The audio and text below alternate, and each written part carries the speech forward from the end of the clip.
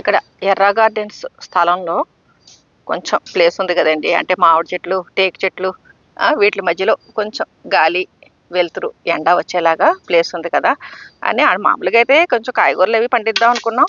అబ్బే ఏమీ మొలకలు రావట్లేదండి, ఏమీ రావట్లేదు. అందుకని చెప్పేసి ఇక పెద్ద పెద్ద సైజు పళ్ళ మొక్కలు వేసేస్తున్నామండి. ఆల్రెడీ సపోటా వేసాము, అది ఇంచుమించు ఏడాది అయింది, ఎదుగులేదు బొదుగులేదు. ఇదిగో చూడండి. ఇంకా అందుకనే సరేలే. అసలు యాక్చువల్గా ఈ ప్లేస్లో ఇది వరకు పెద్ద సపోటా ఉండేదండి, చాలా బాగా కాయలు కాసేది. అది ఇంకా పోయింది. అందుకని చెప్పేసి ఇప్పుడు అదే ప్లేస్లో, అంటే కొంచెం పక్కగా, అంటే మనం అదే ప్లేస్లో వేస్తే మళ్ళీ నేల సారం ఉండదు కదా, కొంచెం పక్కగా ఇప్పుడు ఈ సపోటా నాటేస్తున్నాం. అలాగా ఇక్కడ వేరే వేరే పళ్ళ మొక్కలు కూడా పెద్ద పెద్ద కుండీలే తీసుకొచ్చేసామండి. 21x21 సైజ్ అన్నమాట. ఒక్కొక్క మొక్క 500 పడింది, ఎక్స్ట్రా ట్రాన్స్పోర్టు ఇదంతాను.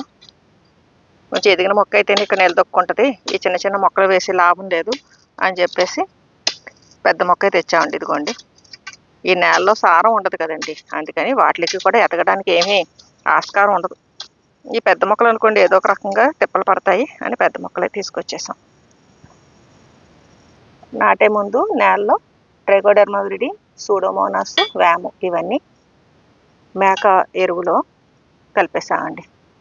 అది ముందుగా వేసేసి ఆ తర్వాత ఈ మొక్కలు నాటుతాం అన్నమాట.